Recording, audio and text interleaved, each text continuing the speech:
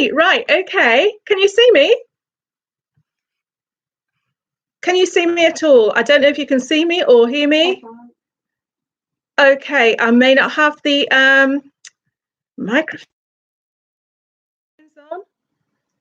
Can you see my garden and the dinosaurs who live there? You can see me. What an absolute nightmare. Hey, June. Oh, how lovely. I'm so sorry. I'm on Mike's computer. I'm actually going to go back to where we started here. Okay, so I'm taking you through the house, which is a tip. Please don't look around. I always like to look in the background when I'm looking at people's houses. I thought this was going to be really straightforward, but no. You've been so good all waiting and hanging around, and someone's put the teapot on the... Right, we were sitting here with cups of tea at 10 to 2 already, and well, there we go. We're going to lesson there. Don't use my laptop. Hey, thank you so much. Okay, let me just catch up. Okay, hello from me, and oh, crikey, we're like the two Ronnies, aren't we? Let me just have a little look. June, hello. Brian, hello. Yes. Hey, Paul, Richard, Nick, good. Benny, Bonnie. That sounds good. Benny, Bonnie, and Rue. Gary, June, Daniel. Oh my God, and the dinosaurs who live there. It's Max. Hi, Max. Oh, that's lovely you're here. 50 Shades of Green. You've been here since 5 to 2. You were first here. Oh, bless you. You've waited all this time. Tracy, Nick, Jimmy. Oh, how lovely. How lovely to see you. I don't quite know what to say now because, and I'm looking at the wrong thing. I was ready. I've been ready since about 12 o'clock, thinking, it's going to be dead straightforward. And then, of course, my laptop just wouldn't stop buffering at all. So, yeah, first ever live thing. So, obviously, you know, technical issues. But yes, thank you very, very much for joining us. And also, big thanks to Paul and to Richard, who kept everything going while we've been running around like headless chickens at this end. And I've agreed to be the moderators, so I'm sure nobody's going to put some horrible comments. Nobody would say anything rude, apart from Mike, who we've just had to drill Mike that he's not allowed to swear. Until I can't swear. And he is a Geordie. He is a Geordie, and we're not going to get him to do a Vera impression, Richard and Paul. But it wouldn't be half as good as yours anyway. But yes, I don't know what to do now. I'm not ready now. I've got my list. Look, I've got lists here, but. Okay. Pull Shire forward a bit, Dad. That's Anna there. Going on. Yeah. Okay, right. Okay, well, the whole purpose of this chat today was to do... Sorry, I'm just getting comfortable now. I was comfy before. I realise I'm looking at Jane when she's talking on the screen. Don't look at me. You see enough of me as it is. Is that enough? Yeah, you do. You see too much. I hear too much. Okay, what I'm going to do today, as I put a poll up on the Facebook page about a week ago now, and asked if people wanted to do a live stream or to just do a question and answer session. And most people said question and answer session, but then people did start to say live stream as well. And I thought it was going to be fun, but I'm feeling a little bit stressed now. I feel like I need a glass of whiskey. It's stressful. It was very stressful. So hopefully we'll settle into it. And yeah, I talk this fast nearly all the time. I thought I'd walk the dog and just come and sit down and everything would just be ready and sorted. Yeah, Mike got back. Mike left the house at about 12 and got back in at 10 to 2. It was more tense than one of those Apollo 11 type films.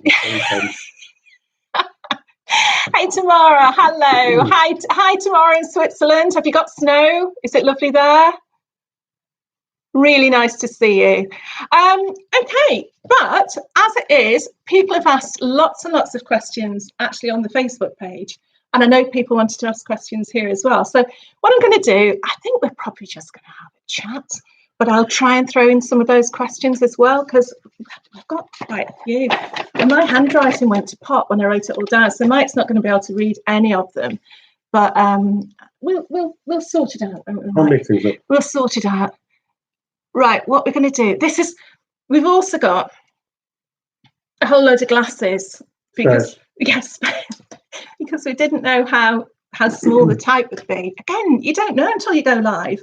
Am I looking in the right place? Right, can you just say, am I looking in the right place now? Jane sometimes does this at night, which she thinks are very focals. No, well, if I'm knitting and watching the television, you have to wear 2 pairs of glasses. Am I looking in the right place? Okay, am I looking in the right place now? This is the right place. No, it's no, it's not. Okay, so just anywhere is the right place. Okay, thank you. Okay, shall I start with some questions? Yeah. Shall I give you some questions? Now, I was talking to lovely Liz before, who gave me some top tips as to what to do for the live stream, all of which I forgot as soon as I got off the phone. But one of the things she did say was, if anyone wants to ask you a question on your live chat, put it in capital letters, because even now there are so many questions going through that it's difficult to keep up. So I'm hoping that Mike is going to do what he's supposed to do, and look, hey Charlotte, and sort the questions out. So if you've got any questions about allotment or gardening, just anything at all, I don't think I'm the sage, not by any means. Just throw them at us. But meanwhile, I'm going to go through some of the questions that we actually had over on the Facebook page. And the first one was from someone called, I apologise if I get the name wrong, Saym, S-A-Y-M, Saym J. And they've just said, have you got any recollections from your grandparents?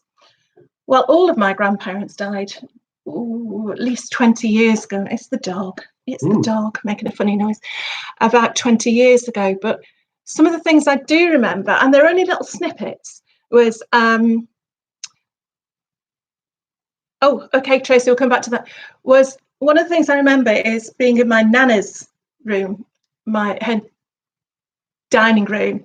And I don't know where she got all these tomatoes from, because I'm sure she didn't grow tomato plants.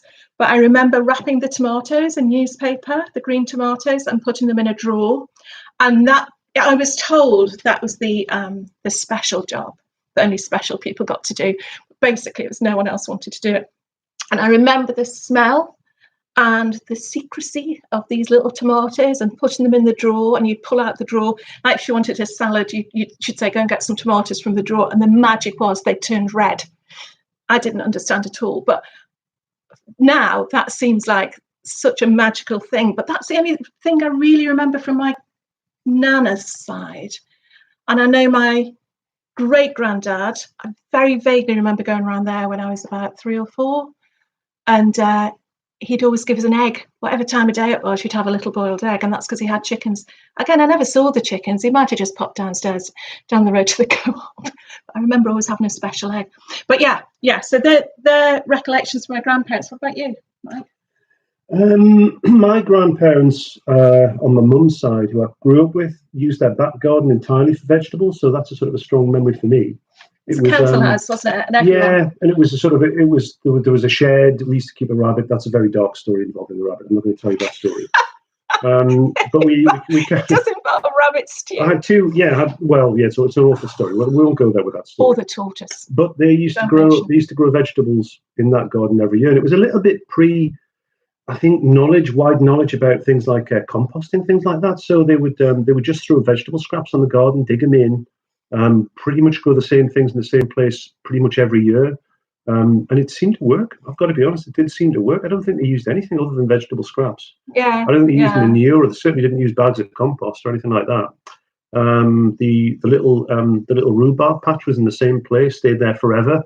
Yeah. And again, without any feed, just seemed to miraculously grow into these massive stems. And I used to enjoy having a little bit of rhubarb and dipping that in sugar, which is very, very bad for my teeth. So in that way, really, your memories are of, I suppose it was like in the war as well, people turned their gardens, garden they did have, over to making food. It was entirely functional. There was there wouldn't have been any herbs. I think herbs in my background was basically salt and pepper.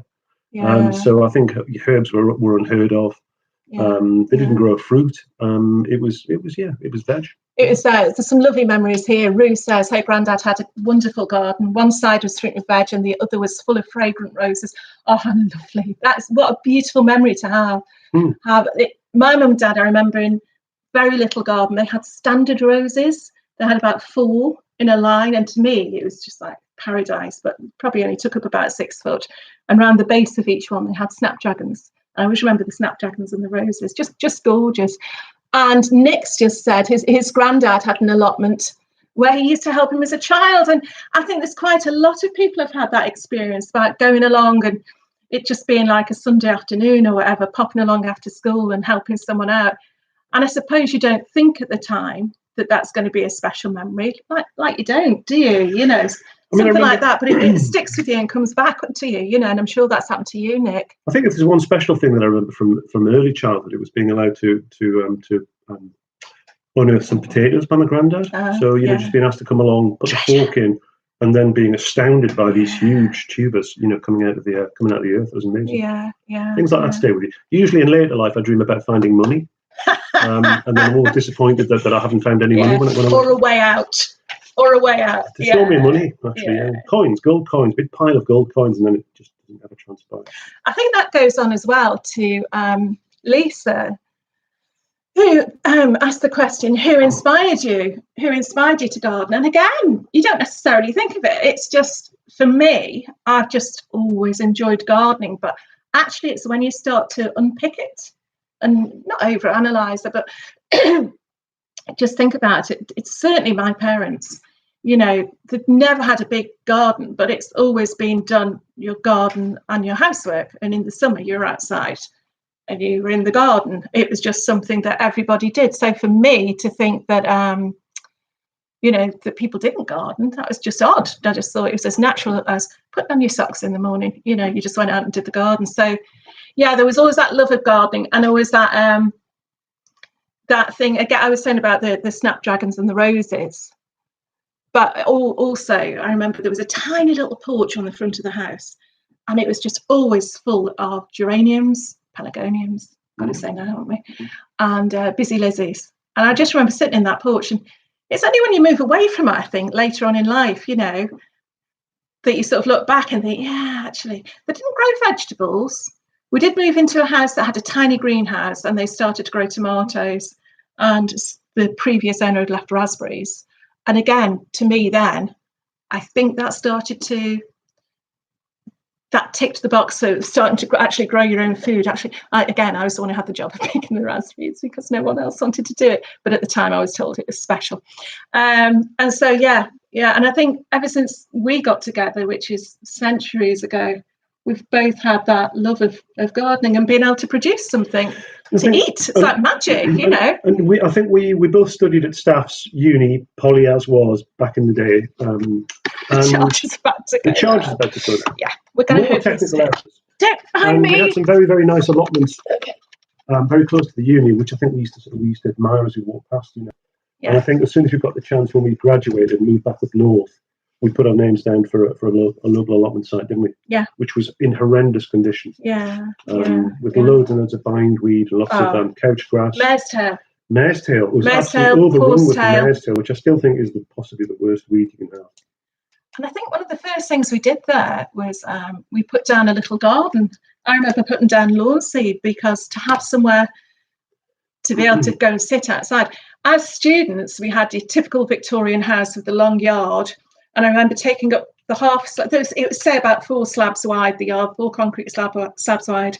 And I remember taking up the slabs next to the fence and putting tulip bulbs in there. So anytime we had any outside space, we made the most of it. And then when we moved again, slightly bigger backyard, but this time it was square. And I remember being so thrilled that it was a square yard. And we used to go with our wheelbarrow to the rough ground at the back. This was when we lived in Newcastle. And coming back with as big a rock as we could get and building like a wall and then going again. It was repurposing. We thought it was repurposing. It was probably stealing. It was borderline. Yeah. But we built a beautiful, beautiful little growing area. Then we moved out to the wilderness that was Humshoff, north of Hexham. And there we just had so much land, it was ridiculous, but we were 1,000 feet above sea level. The wind was horizontal. Nothing grew. It was just brambles. We had a little pocket in the front garden where we managed to grow some albrecia and things like that. Even the Romans gave up. Oh, crikey. It was absolutely beautiful. It was like Wuthering Heights. But Yeah, it's quite nice to be back in a more temperate climate. Can I answer a question? Yes. So, is this June? Well, have I finished that one? You have, I think. Have I? Asks this question. I have.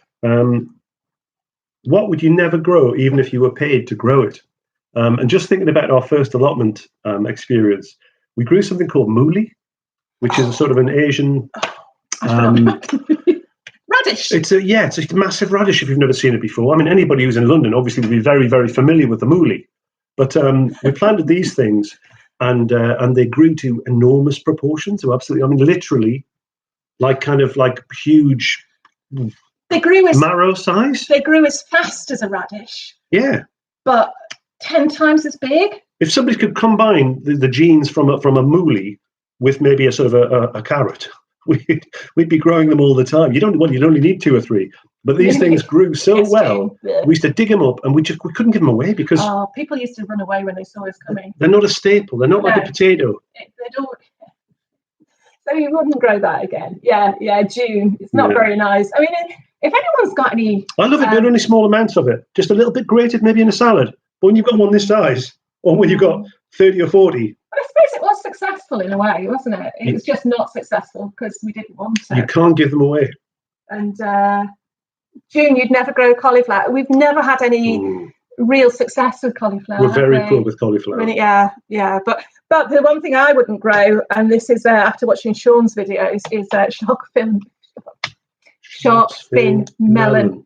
So if any of you watched Sean's video where he grew them, basically they took over his plot and grew so fast. And at the end he tried one and it actually didn't taste very nice either. So yeah, I don't think I'd go for the shark fin melon. But yeah, cauliflower is a bit of a princess, I think. An artichoke. Not the globe. They're very pretty. No, they're pretty. But the regular, good old, really, really incredibly vigorous artichoke. I know vigorous in many ways. People love them, but from a dietary point of view, I struggle. I think everybody does. Yeah. But let's just have a look. Hey, Liz! Thank you so much. It's taken a while, but we're here. Is it getting too dark now? Is it getting dark? Well, this is the whole idea of being in the kitchen. We might have to get candles out. We've got some skylight. We've got some skylights above, and we've got a door there. So we thought it'd be nice and light, but it is natural light. We're in the gloaming. We're like dogma films in that way. Brassicas, no, Rue. We're hoping brassicas this year. We're going to have a really good go. You're the brassica man, aren't you? We've never really had much luck, and I get really bothered by all the whitefly that seem to like them. I know we love our kale and our Cavolo Nero, don't we? Absolutely love them. But the whitefly is such an issue. The whitefly, love them. I know. So it might just be, I really don't like the look of places that are covered in Enviromesh, but I think it's going to be Enviromesh central. And spraying them maybe with a garlic and lemon spray or a garlic and vinegar spray, something like that. That puts them off. Oh, a little bit of soft soap. Mags, again, we tried Romanesco cauliflower a couple of years ago because it looks so beautiful, doesn't it? I mean, even if you don't eat it, it's that one that's got it's like little green pyramids of cauliflower. We were going to try. Well, we did try that. And it got to that size. Size of a Toblerone as opposed to a pyramid. No, it didn't come to anything. So do let us know. Do let us know how that goes. Let me just look. Caterpillars, caterpillars as well. I suppose we are keeping the caterpillar population going. Benny, this is wonderful how this is segueing. Nick has asked, what would you like to grow that you've not done before? Well, for me, now we've got the space at the new allotment. My thing is asparagus. I want a permanent asparagus patch. We've been put off it before, haven't we, by the fact that it takes up a permanent space. And we just didn't have that at the old allotment. But I'm quite excited about doing that. I know you have to wait for a while, but we're not going anywhere, are we? You know. And blueberries? Blueberries, we've got blueberries this year. Yeah. We've got space for a couple of apple trees. We've got apple trees. Well, we had apple trees there, didn't we? Well, yeah, but we've got space for more. What was that one? There's that tree that we saw in one of the catalogues, and I'm not a great fan of these fancy ones, but there was something called a pluot, which was like a plum crossed with an apricot, which I thought might be quite nice. But it's something to think of. Battery's running low. Oh my goodness! No, that was not me. That's not yours. The wrong one, sweetie. I'm gonna leave the live chat for a second. We're just gonna sort out some more technical issues. Run, Mike! Run like the wind. Okay, and of course chickpeas. We're trying chickpeas this year. So, and that's on account of seeing how well Vivi didn't do too well with them this year, but the year before last, she did them really beautifully. And I think to actually have them fresh, like any beans, I think unless you've had them fresh, oh my, it'll go in that one. You're missing out, you know. I'm that used to, as students in particular, we used to bulk buy dried kidney beans, and I just go off a minute there. Are we back on? Are we okay? Crisis averted, I think. There. Hey, chickpeas, rude chickpeas grow. They are absolutely beautiful plants. They grow like little fern type leaves, and they just look pretty. If nothing else, go over and have a look at Vivi's kitchen garden, and she shows you them. But they grow in little pods. So they're beautiful plants, about 18 inches, 2 foot tall, with these ferny leaves, and they grow in pods. They're quite labour intensive. I think you maybe get 1 or 2 in each pod, not very many. But again, for the flavour, I think it's worth a try. And I think as well, we've got the chance this year, haven't we? Because we've got space to do it. I'm not convinced. If I'm honest, I'm not convinced. Yeah, but you can grow because you can buy a very nice tin full of chickpeas for around about 35p. So yeah, but you can buy a bag of carrots for 19 at Aldi at the minute, can't you? So would you? Actually, probably. I love the idea. I haven't had much luck with carrots. I haven't had much luck. Interesting and exotic lettuce for me. Things that you wouldn't get in the shops, you know. The pods are lemony, Paul. How do you know that? Do they smell of lemon? Do you eat them? Can you eat the pods? I don't know. I know you did falafel, or as Charlotte used to call them, Oompa Loompas. Did she? Yeah, but I didn't know. So that's an added bonus, I suppose. If you're picking them and they're scented of lemon, how lovely. That sounds really good. Almost jealous at your asparagus. Too far north. Let's have a look. Hi, Pam. Is it chickpeas that have... Oh, I don't know if the foliage is an irritant, Liz. I don't know. That's something we'd need to look at. I know I got a terrible rash a couple of years ago with hyacinth bulbs. I actually came out in great big blotches everywhere, and someone said it was the sap off the hyacinth, which I was quite cross about because I bought them from a local garden centre, and they were just in those big baskets where you help yourself. There was no warning. Do you remember that? I do. I went, I didn't know what was going on. Anyway, we will look that up, Liz. That's interesting. It was like a biblical plague. Yeah. But landing on one person. It's like, a biblical plague just on me. It wasn't an irritant for us, though, little Liz. Yeah. So anyway, so that's good. So asparagus, chickpeas, maybe a pluot, if that's how you say it. Patricia's asked, how do we balance the time between the garden and the allotment? Our garden here, we're in like it's a Victorian townhouse, so we've got like a little forecourt bit at the front, which pretty much takes care of itself, or it did do until everything grew too big. So we've got the wisteria at the front, and we've got a cherry tree, and just basically perennials around that. And every year, sort of pop in a few new bulbs and pots and things. So that's pretty much sorted.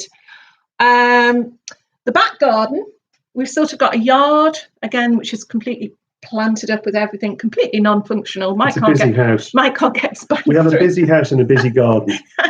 Mike can't get his bike through, but the bike doesn't matter.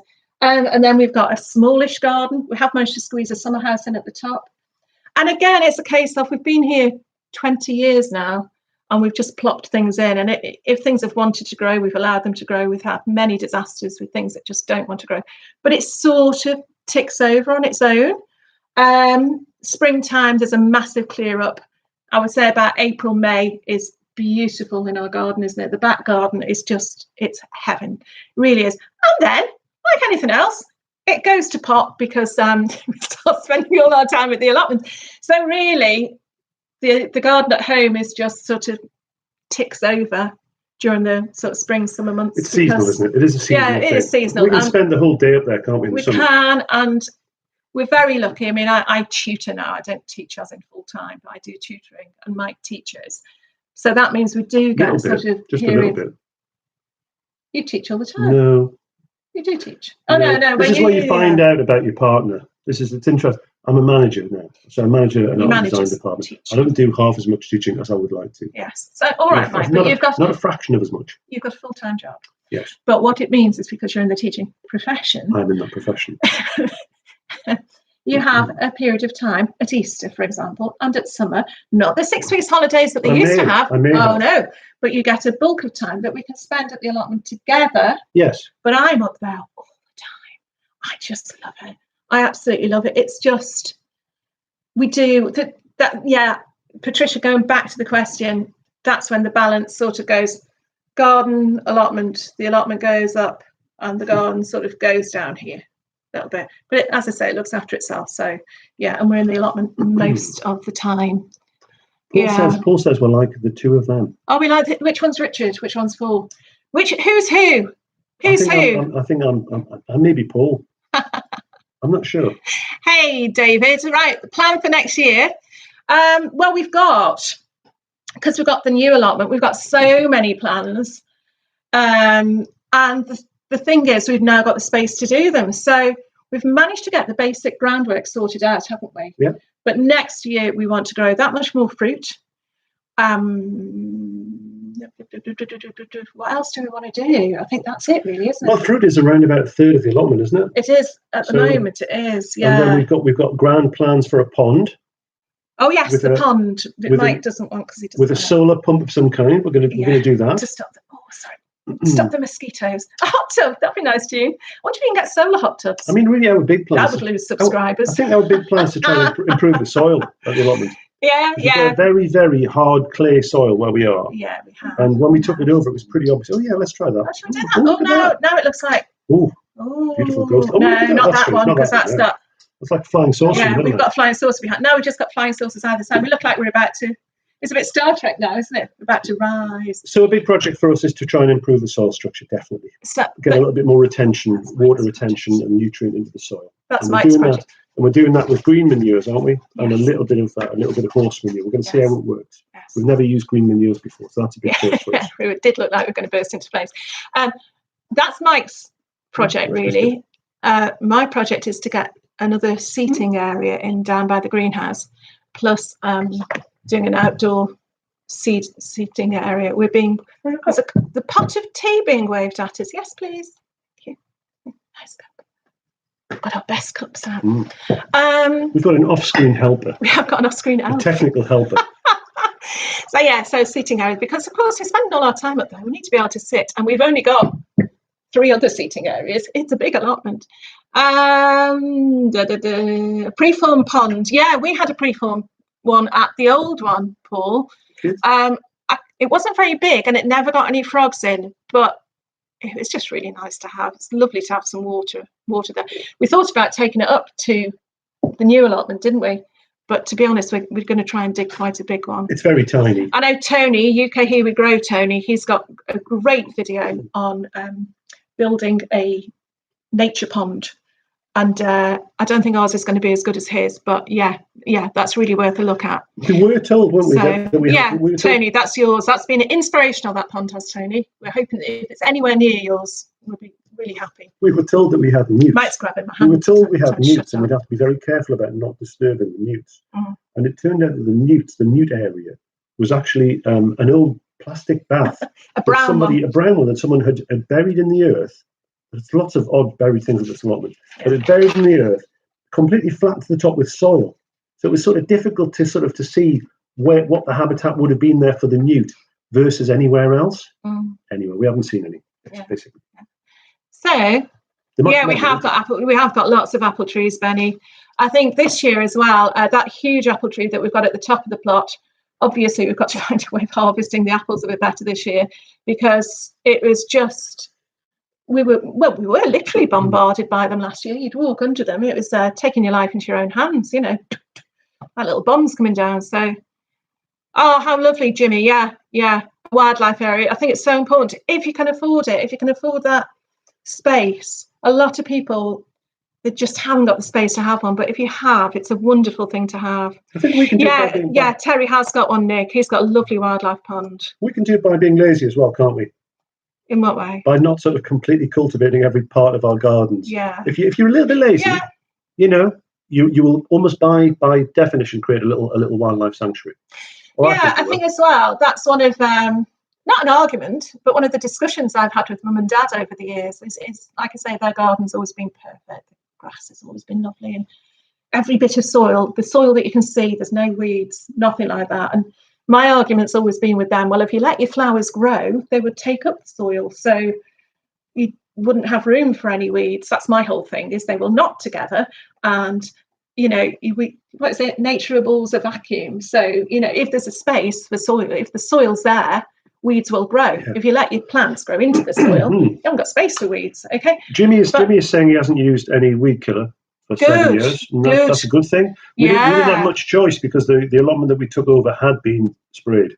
It had been sprayed in anticipation of us taking it on. Well, before we were involved, really. Yeah, it was because it had got completely overgrown, hadn't it? So it had all been sprayed. So sadly, we are going to have some build-up in our soil, but we're going to try and let it get as natural as possible. Yeah.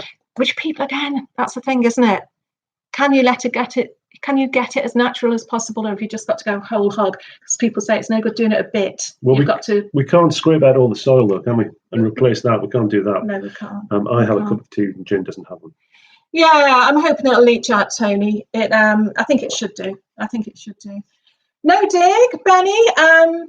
We'd love to do no dig. The beds we've got on the edge. Not on the edge. The edged beds we've got. We couldn't get big strips of wood. You used to be able to just go and pick them up, although next door's got one in their front garden at the moment, about 12 foot long. We actually bought some wood. This has been our big expenditure, buying the edges for these the edged beds. But we're hoping over time that we'll just keep adding on to them, won't we? And and topping them up. Yeah. So the bottom half of the allotment will be raised beds. I think we've gone. I mean, really, we've moved more towards a sort of more of a no-dig approach, almost by accident. I think in the last few years we invested in a styropoe last year, and I use that styropoe a lot. And I'd rather use that and add materials to the surface of the soil than dig it over for sure. As a long-term back sufferer, I'm not a fan of digging. Full stop. No. Paul is asking if we're going to nick wood from next door now. I think if we replace the word nick with repurposing, we will repurpose wood from wherever we can do. We do. We are real skip. We are skip scavengers, aren't we? Do. Oh, mate's nearly gone off the road before. I shouldn't say this either, should I really?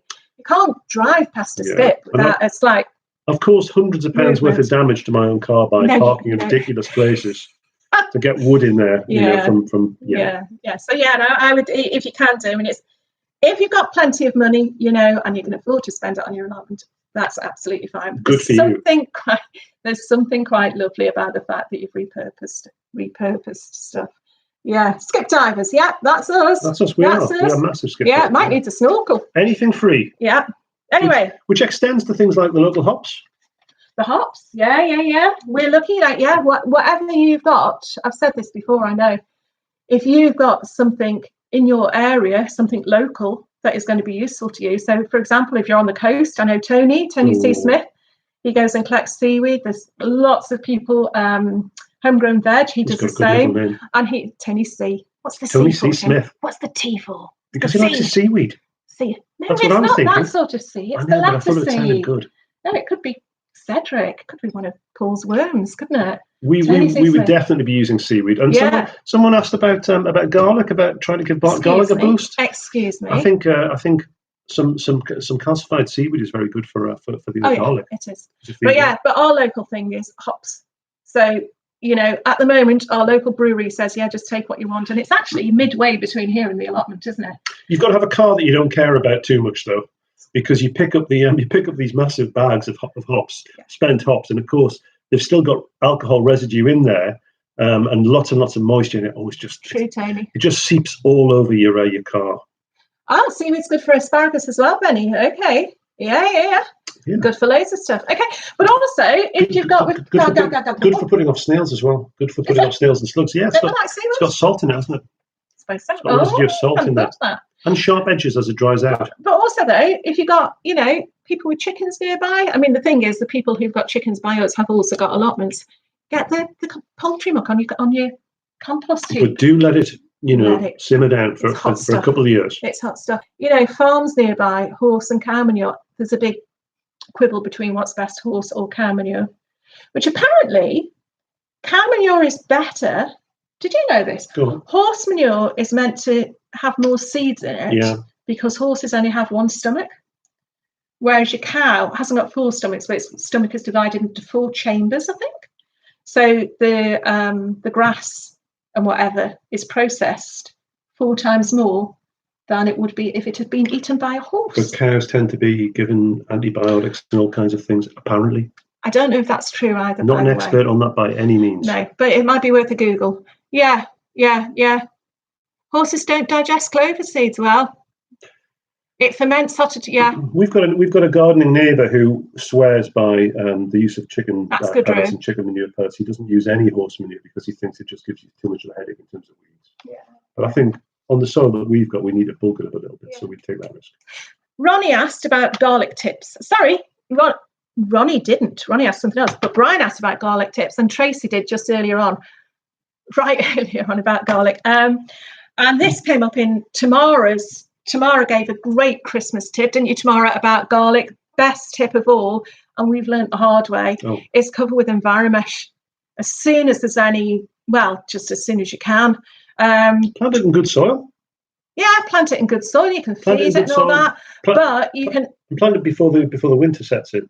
Yeah, but also you can have the best garlic in the world, and then all of a sudden it starts to go a bit twisty, and you look and you've got the dreaded leaf miner, which happened to us last year, and it was absolutely, we had it in the leeks. Yeah. The garlic were bad. We got it in the onions eventually. Yeah. And apparently they stay in the soil for about a couple of years. And in all gardening books, onions are always spoken about and regarded as something that's really, really easy to grow, but it isn't. Oh, but that's probably that's depending on where you live. Pre-leaf miner. I know. I don't know if it's just a Midlands thing. I know Terry King had lots of problems with it. Terry's got a great video about how he's overcome the allium leaf miner and his leeks just by literally chopping his leeks and the affected bit off of the base, and they've regrown. Okay, they're not full-grown leeks, but they're doable rather than throwing them away. So leaf miner. If you have them, I'm not going to say that word tomorrow, but if you do, you can't win. I think you've got to water garlic as well, Jim. People forget to water garlic as well. Yeah. It does need watering. We might try it. Oh, no, actually, I've got mine in, haven't I? It's looking good so far, though. I did put it in about a month ago. Garlic, lots of manure, big bulbs. Right, I'm just trying to catch up. Is that right, Brian? Hope so. Doesn't like competition, so you've got to kind of make sure the weeds are cleared around it. Buy a rabbit. That's brilliant. Yeah, people who've got rabbits and chickens, Bonnie. How nice to see that your waste, and unless you're going to compost it, is going straight into your chicken, coming out the other end, going back on the garden. There's something wonderful about that cycle, isn't there? We've had rabbits though. We've had it with rabbits. We had a couple of house rabbits, didn't we? Fudge and Ned.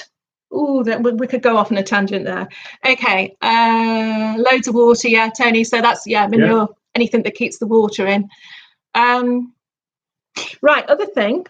Charlotte Willis had asked what sort of flowers we're going to be growing this year, and I think, am I correct in saying that I'm more of a flower person than you? I think I'm going to say yes, that's accurate. The only flowers that I'm really bothered about are the ones that are on vegetables, in truth, and sunflowers. I like sunflowers. Yeah. So I'll answer this question. Always growing calendula, as I used to call it marigold, but actually it's just a pot marigold. The traditional orange calendula, absolutely lovely. Again, if you go to Vivi's channel, she'll tell you what to do with it. You can harvest the leaves. I've actually got, I wish I had it here actually, a pot of oil that I steeped the petals in to go and make, because she made a lovely balm, lip balm, and I was going to make lip balm out of it. But actually, we've used it once or twice for like a back rub, and now it just looks like a bit of a urine sample. It's by my side of the bed. It's in a huge pot, and I don't know why it's by my side of the bed. Because it was used for a back rub.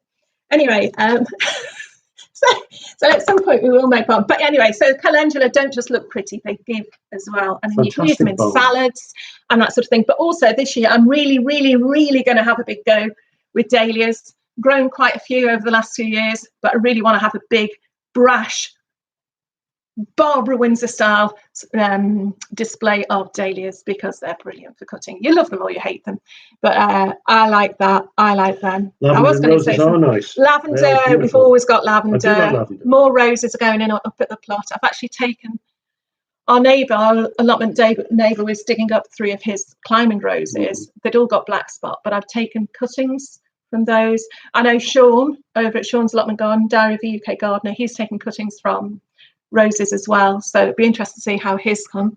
Mine have just been completely ignored. Courgette flowers, of course, make a lovely flowers. A lovely fritter if dipped in batter and fried. Yeah. Ronnie's question was, what's the size of the allotment? And it's just big. It's around about, I would say, 30 foot or maybe even 40 foot.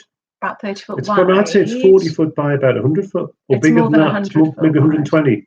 It's big. Thing is, because it's sort of like almost chopped into compartments. So you've got the front bit that you go, the gates there. You go, there's your shed and that bit there. Then you've got your greenhouses. Then you've got your raised beds and the centre, if you like. And then I'm going to have to move back over. And then you've got the 4 rotational beds. Then you've got the grassy bit, wildlife bit, and then you've got the top shed. So I did think about measuring it once, but it's a private allotment. So if it was a council allotment, it would be either a standard size or half size or even quarter size. But we've been very, very lucky, haven't we? There's no size limit basically for the sheds or anything. We can do quite a lot of Luckily, Jane has You'll have to come and see it, Paul. Luckily, Jane has bought me a drone as a Christmas present. And although I was a bit unsure about what the purpose of this drone would be, I do think that in her background thinking might be the plan to show the allotment from above. I don't know. Let's have a thumbs up for that. If you want Mike not to send his drone back, you should have seen his face on Christmas Day. I actually bought it the day before the news about Gatwick. Okay. I don't see myself as a drone flyer. If I'd bought it the day after the news about Gatwick, I might have got it half price. I paid full price for it. But yes, there might have been some subliminal thinking there. But what do you think? Yeah, Brian's given 5 thumbs up. Yeah, Brian, thank you. So yeah, we won't be we won't be going to Manchester. Oh, we don't want to interfere with UK business. We don't want to do that. Yeah. Honey, flowers and bees. Yeah, so we'll see. Thank you, Liz. We'll see, Mike, whether Mike actually sends it. Actually, he probably won't send it back. Thank you, Mags. We probably won't send it back because we are terrible at sending things back. We've got stuff upstairs in the computer room that has been there for about 4 years. I don't think they'd accept it if we sent it back now. So it tends to get repurposed. I'll probably get it back for Christmas next year. She might. Would you rather have £50 in your bank account or a little drone?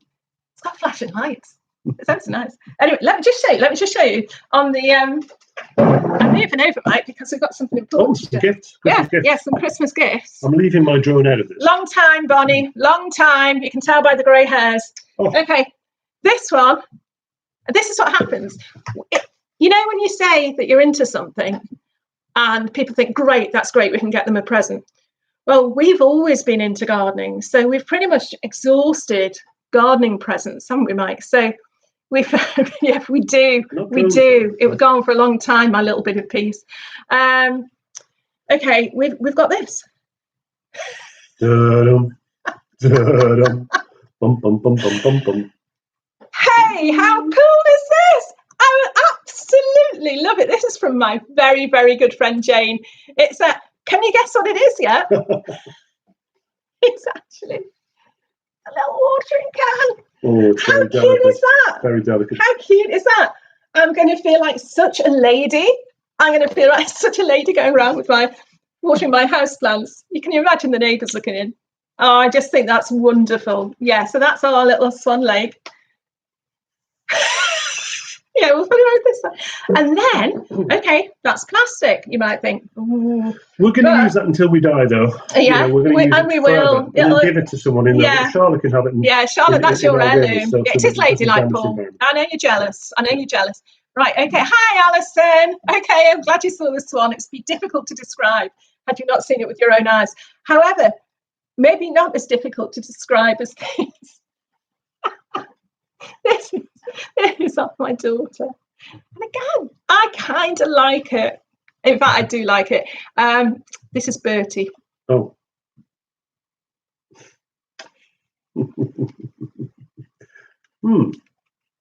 Bertie, the wooden bunny. Look at that. I'm a bit worried about the eyes. I might have to redo the eyes. But yes, yes. You'll be seeing Bertie up at the allotment very soon, I'm sure. Look at that. He's going to scare the other bunnies away, isn't he? Yeah. Oh, nice to see you, Liz. Thank you for all your help. Thanks for coming along. Do you like it, Paul? Very much not on the high street. It's very much not. It's very rustic. In fact, I've got quite a few splinters now. And interestingly, when Anna saw this, our youngest daughter, when she saw this, when we were out walking, looking around for presents, that's true. She said that would be absolutely ideal for Mum. Yeah. And I said it would. Look at it. That's the general impression I give. So yeah, I've got a plastic swan and a wooden rabbit. So Mike's drone. It's. I think you've hit the jackpot really with that one. Could have had about 5 of those rabbits for that, if not more. Yeah, you could, Paul. There's a challenge for you. Make it out of bread. I think you could do it. I trust you.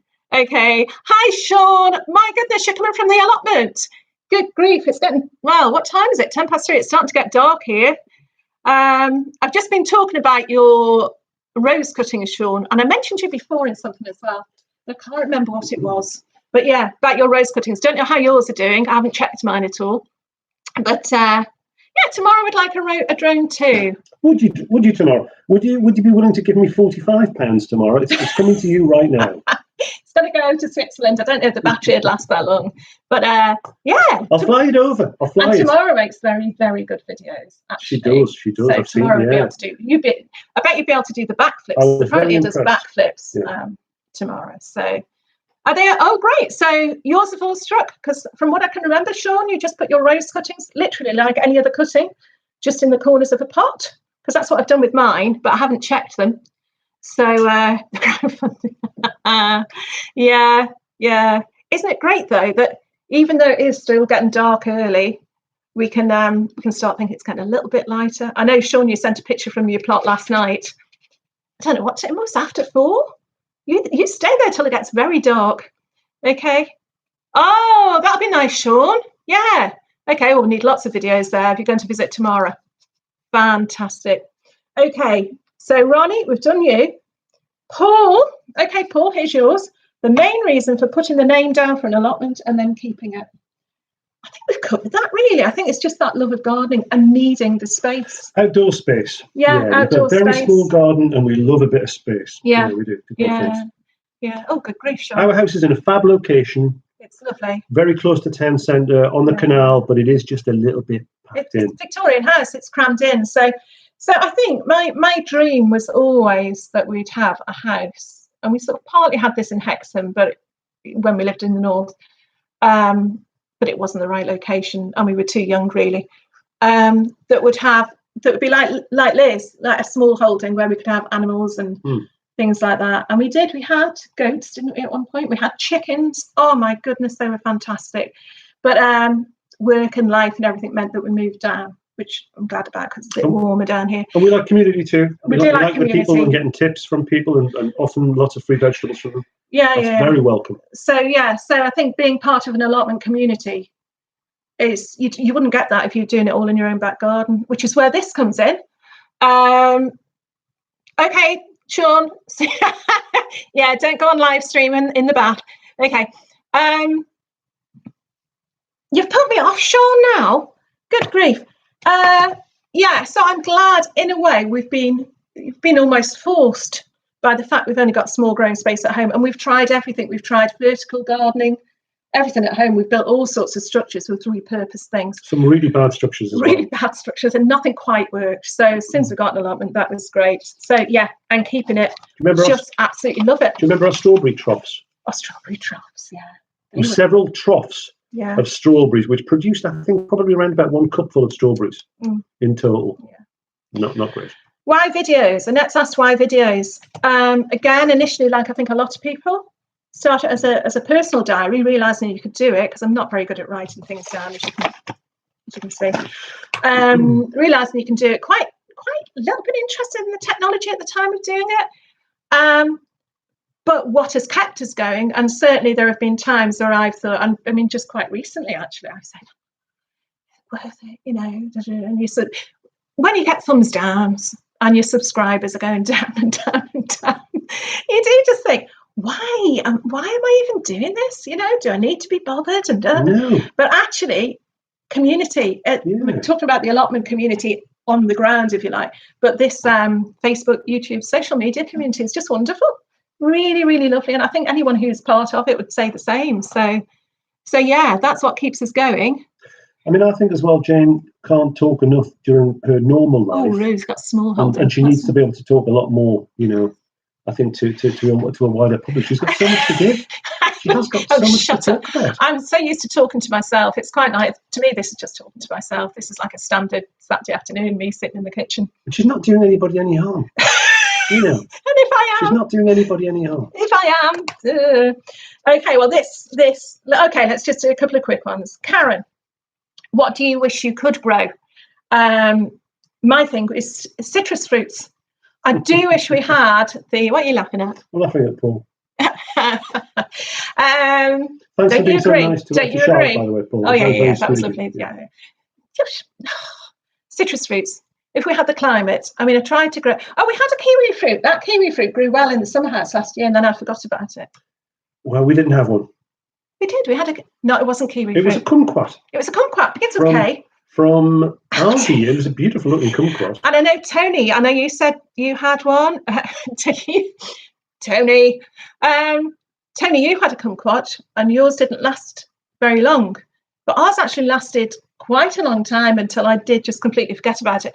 And we had the heat wave, and we spent most. It just wasn't watered. We don't need to go into technicalities, but it didn't survive. And we have got a lemon tree outside somewhere, haven't we?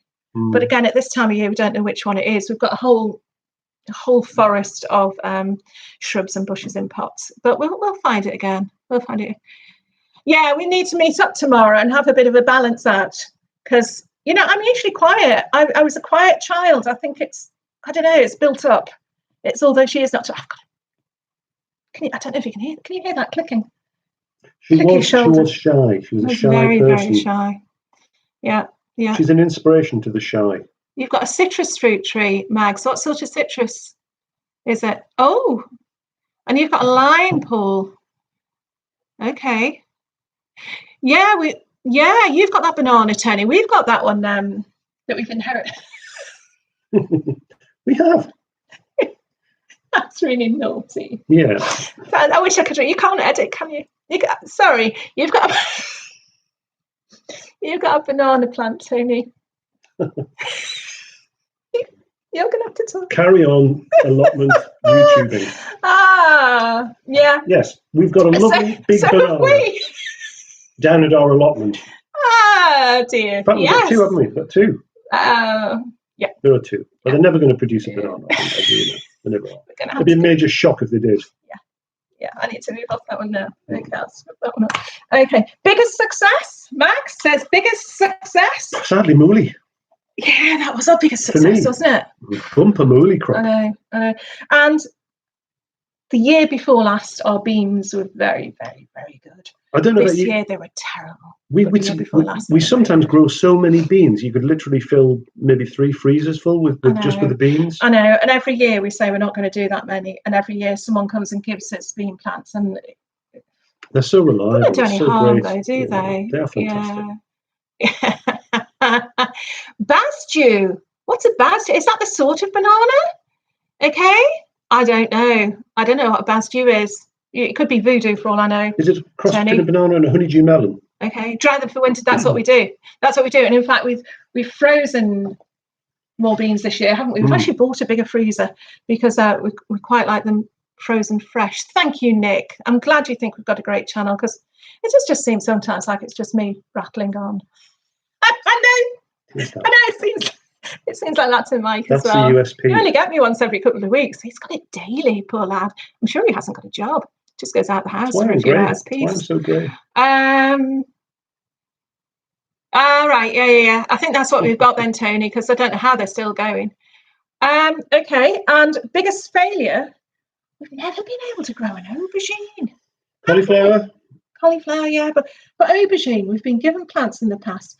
Again, we've got those greenhouses this year, so I think we will give aubergine another go because I do like them. But yeah, we've just not had much luck with them at all. And peppers, actually, we're not so good with peppers. Chilies we can do, but peppers, my glasses are falling off. We've spent ages and ages watering tomatoes sometimes in greenhouses to have sorry, I can't get my words out, to have them compare very unfavourably with neighbours who just grow those outdoors. You know, you've got neighbours who've got like thousands of pounds worth of these amazing tomatoes, and we're down there trying to water every day. I don't think we're great on tomatoes, are we? No. Aubergines do need lots of water. I know. Outside, Paul. You see, maybe we're sort of coddling them too much. Maybe we're being too pleasant to outdoors, them. Maybe they need to be harder. Yeah. Do we have a water supply? June, yes, we do have a water supply at the new plot. We've got a lovely, lovely tap, but it only goes on. Is it May it comes on and goes off end of October? Yeah. So we've currently got about 7 or 8 water butts that hopefully will be nice and filled, because really we're going to need a supply of water from February onwards, aren't we? With all the seed sowing and everything. Yeah, treat them then grow like a cordon, Tony. Right, okay, that's interesting. Okay, Nigel, feed aubergines, feed them. Yeah, makes sense. Nigel, hi, Nigel, this is my one day off per year. I had to work even Christmas Day. Yeah. He's got such a terrible life. Okay. The last of our questions from the Facebook page, Sean has asked, and Sean's actually in the bath at the moment. I don't want to put that image in your head. Sorry, Sean. He says, what does having an allotment mean to you? Which actually, of all the questions, this is one we looked at last night. We've had to dwell on it quite a bit, haven't we? Well, can you imagine? I've dwelt on it quite a bit. Can you imagine not having an allotment? I can. Would you like that? No, it's great having one. I think for me, it's a free gym, isn't it? It was kind of like a gym. It's great from the point of view of working physically when you have a job that doesn't require a lot of that. Yeah. And it's full of surprises. It's full of amazing. Yeah. Sorry, I'm doing the Go on. Well, just amazing outcomes every year. You know, things that you've never grown before. It's always exciting to see what can be grown, I think. Yeah. So it kind of does you good. Does you good mentally and does you good physically, I think. Yeah. Oh, sorry, Tracy. That's what it means to me. We are still live. Yeah. Good grief, time flies. Possibly not for Mike, but just for me. For me, it's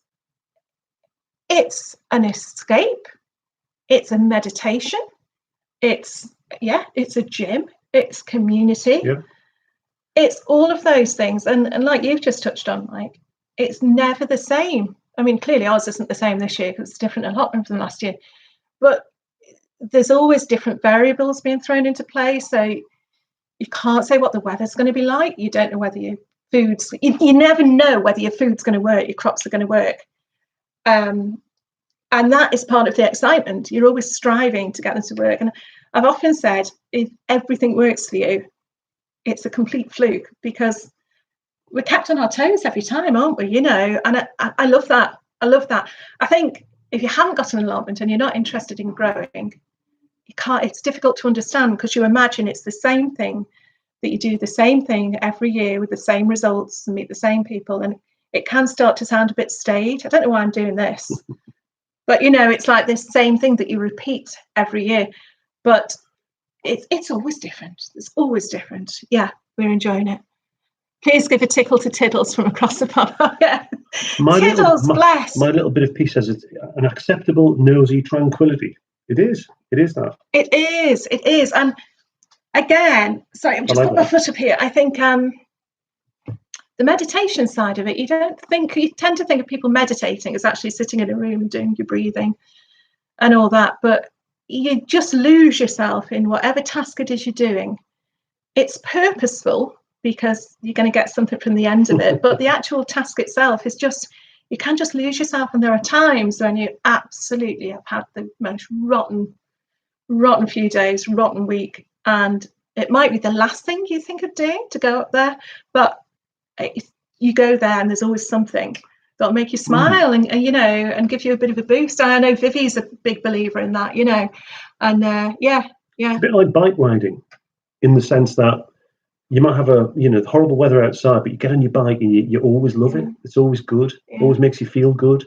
And I feel the same way about the allotment. Even on an unpromising day, if you get up there and just do a little bit, and have a nice brew in the shed, read a little bit, it's still great. It's always a good thing to do, positive thing to do. Okay, Nigel says, Jane and Mike, what are you sowing first next year? Well, we've got stuff in, haven't we? We've got a garlic in. We've got what else? Actually, the onions have got to go in now, haven't they? Onions. We've missed the date. We have, aren't they? Boxing Day. We're supposed to put onions in. Well, our neighbour always tells us Boxing Day is the time for onions. So I think I want to plant some of those banana shallots. That's probably going to be the first thing I'm going to plant indoors. Those are the brune shallots. Yeah, they were great. Yeah, they'll be our things sown, won't they? And they did better against the allium leaf miner as well. I've actually tried to make a little calendar this year I was very, very good. The first couple of years I had a proper diary with everything written down and I was able to refer back to it. And I must start doing that again this year, because I know there's stuff that we could start sowing in January that we probably won't. We'll wait till sort of end of February, March, and then it'll be. What about you, Tony? Sorry, Tony. Nigel, what are you going to be growing first? And Tony, what are you growing first? Okay. I just look. Yeah, there is that whole scientific theory that there are things in the soil that add to a feel-good factor. And again, you always think I've made this up, but you can Google it. I'm sure there's some sort of microbes or microorganisms or something in the soil that you absorb when your hands are in the soil that adds to a feel-good factor. I think I might just have had some strange dreams, but I'm sure that's true. I'm sure I've heard that. I don't know if that is true. It's very interesting. Thank you. Don, your onion seeds have been coming up since the start of December. What are you planting? Oh yeah, what sort of onions? What kind of onions? Giant ones? Nigel's starting his onions in the next few weeks. Yeah, what sort? It's nice to be able to grow some giant ones. Yeah. Onions in now. Tony's got his onions in. Cabbage. Oh, of course, you and your giant cabbage, Kelsey, Tony. Yeah. Fantastic. It was great seeing your giant things from last year. Someone said, bye, Roo. Someone said before, Kelsey onions. Yeah, they're a good standard. Is that what Alan over the road's growing? For competition, Nigel, or just for interest? Because they're not great storers, are they? You can't put them away for too long. At least that's what I found. All right. Okay. My little bit of peace, June. They've both got onions. They're in trays, waiting to be put outside. June's got her shallots in. Going to pickle them. Okay. What was I just going to say then? Someone was saying things that they've really, really easy to grow, they've failed in, and things that are really difficult to grow, they've done well in. And I wonder if that's because you give them more time and effort because you think they're going to be difficult. We had one great year with onions, didn't we? Last year, they're fantastic. Last year, the year before. The year before, we had these mammoth onions, and we were eating them sort of in March time, that sort of thing. And then last year was a total disaster. But shallots have been much, much better for us. Yeah, much better. That's interesting. Richard says there's also the theory that we electromagnetically connect with the earth itself. That's something I'm going to Google, Richard. I'm going to Google that. I'd love that idea. Because we are all I bore Mike's pants off with this. We are all just part of this one huge organism, aren't we? So there's no reason why we shouldn't be very philosophical, electromagnetically connected. I will look that up, actually. Big onions have only lasted about 6 weeks. Yeah. I mean, I think the issue we've had this year, because we swapped allotments, our harvest time, we didn't really get a harvest, did we? Because we had to be out of there by September. Mike's disappointed. I'm going to go and get something. He's gone off the edge of the planet. And so we didn't really get a harvest. So we're watching everyone else getting the harvest in, because we had to dig all our stuff up or leave it for the next owner, which we did with many things. But of course, the allotment that we took on didn't have anything on. So it was a little bit sad at harvest time, because we hadn't sown anything to pick. So yeah, so I feel like we've had a year off almost. So I'm looking forward to having some good harvest this year. I think it made me realise I can't take it for granted. So yeah, I'm really looking forward to doing it again. Let me just see, just trying to catch up. Looking forward to the plans. Ailsa Craig, good standard there again. Yeah, going to try. holding off from planting too many seeds too early. I think that's something we all do though, Nick, isn't it? You know, we've got so many seeds. This is why I want to do a plan. Sorry. We've an earthquake there. Oh, yes. He's still going, isn't he? He's only little. That's our Crown Prince, Paul and Richard. But he's not a cheeky prince, not yet. Just talking about growing something to keep for storage purposes. Yeah, these store like so well. Yeah. And the flesh is so dense and so tasty, isn't it? Yeah, yeah. Great. So if you haven't grown these before, give them a go. I don't know if it's going to pick up the colour there either, but the colour is beautiful. Oh, it's beautiful. And inside it is that rich orange. And again, if you go to Richard and Paul's Facebook page, Planet Vegetaria, they use them in... Keep your shallots below. They do some beautiful things with Crown Prince, risottos and all sorts, and roasting them. And so, yeah, do go and have a little look. Go on, share everyone your shallots. Well, the shallots, I mean, I've just brought a little example of some shallots there. And these are just great storers. You know, they're a bit of a nuisance in terms of the size of them, but, you know, that's really firm. Great stuff. Great for storage. Yeah. So shallots over onions for me, every time. Yeah, you see, I disagree because they're a faff to peel. And I don't like pickled onions. So I wouldn't use them for that. I'd use them to put in stews and things like that. So And you can't say to someone, look at my lovely little shallot. Whereas if you've got a giant Kelsey onion, you can be the kind of the king of the plot, can't you? Yeah, that's you can be a prize winner with your Kelsey. I just threw these in. You know, just grew to this enormous size. 3,000% is saying butternuts. Again, we didn't have much luck with butternuts this year. I think I might have put baby ones in because I was waiting for them to get bigger and they didn't. But the Crown Prince do store particularly well. Nigel said we need to get the T-shirts on. What's this with the T-shirt? Both of my daughters have said, get those T-shirts on there today, Mum and Dad. And we said, no, it's just, I don't know. We have got a whole load of T-shirts. If anyone wants one, let us know. If anyone wants to have a look, have a look at Jane's Allotment Etsy store. Etsy page, if you'd like to see the T-shirts. Designed by myself. Yes. We probably overinvested in them. Worn by Nigel. As worn by Nigel. Yes. We're going to have a look there. But I think we'll be doing some sort of giveaway with them soon, won't we? Because we've got too many. We bought a lot thinking that we'd sell them like hotcakes. Didn't quite happen. No. Your dad prefers shallots. Yeah, that's a good idea, Paul. Yeah. I've never done that. I need to do it because we've got a bit of a dichotomy going on here. I don't know what that means. Okay, shallots from seed. Yeah, living room, that's the time of year, March, April, 3,000%, where, I mean, we're lucky now we've got the greenhouses up there, but we've only really got one wide windowsill in the front room as a bay window. You can't close the curtains because it's just seedlings everywhere. And this year, of course, we've got the dog, haven't we? And so he's probably just going to be watering. Don't call him in. Rocky! He'll be on the table. He'll watering the seeds for us, so we've got to watch out for that. So Wilkinsons have started getting their seeds. I know for anyone in the UK, there's probably an equivalent over there in the US or in other countries, but Wilkinsons, if you just start now with your allotment, or even if you've had one for years, it's a really good place to start off. My glasses, sorry, my nose is getting smaller because my glasses are falling down too far. It's a really good place to go and get your seeds, seed potatoes. Oh, here comes Ricky. Mike's son. You come and say hello. He's not going to. It's just more interesting than the Crown Prince. I will show you him though, because he's a fine hound and he is worth a look. Look at that. There we go. Right, okay. Yeah. Mike's very proud of him. I am proud of him. He's my son, really. Now. I know, he's the son he never had. He is my son. I know. Sad. Wilkinsons, go and get your stuff from there, you know, and even like starter stuff, you know, they sell it at such a good price. It's really worth doing. Yeah, Wilco, it's great. You can pick up anything, can't you? Anything from a sewing needle to a curtain blind to, well, anything at all. Okay. Yeah, Rocky's been with us a few weeks now, June. He's a rescue dog, 8 years old.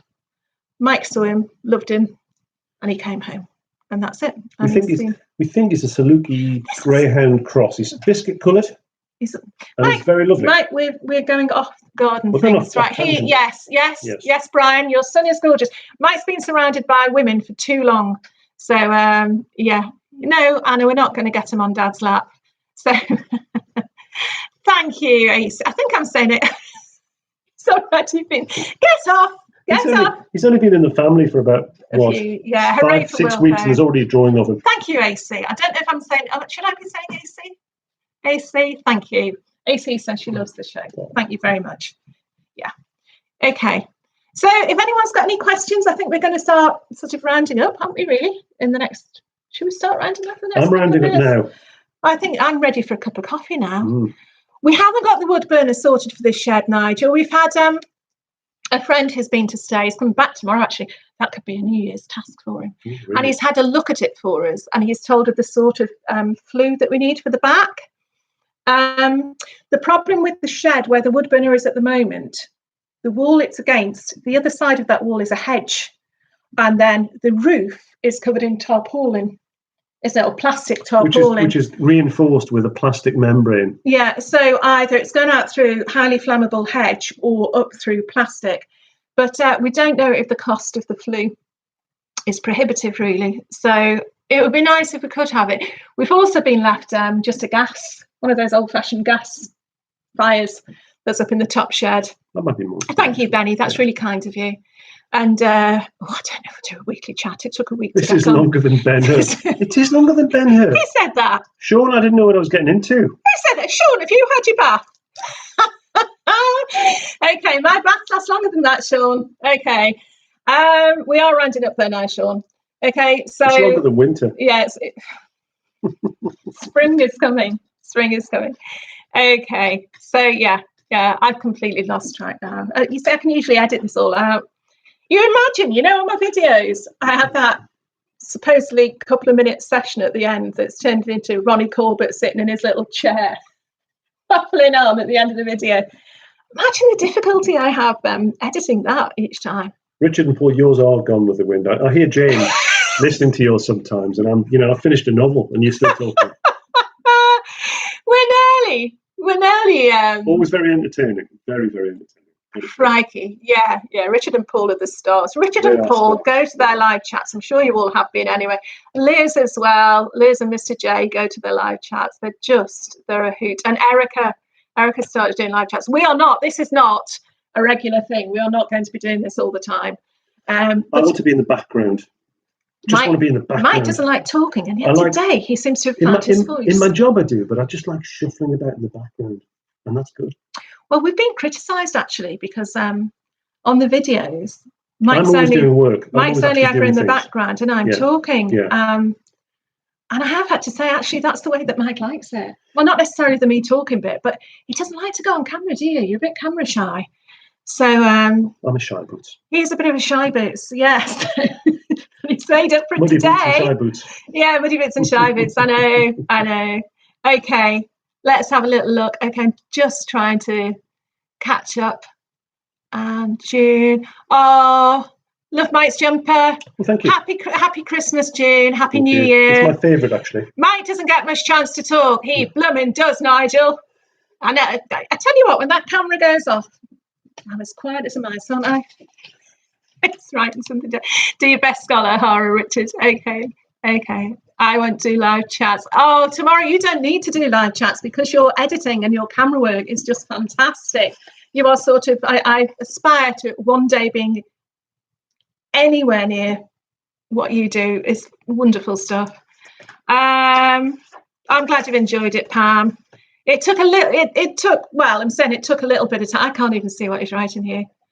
It took a little bit of time to get started. Thank you so much for sticking with us. I've actually really enjoyed it. It's been good fun, but I've missed all the rude comments, so that's good for me. So,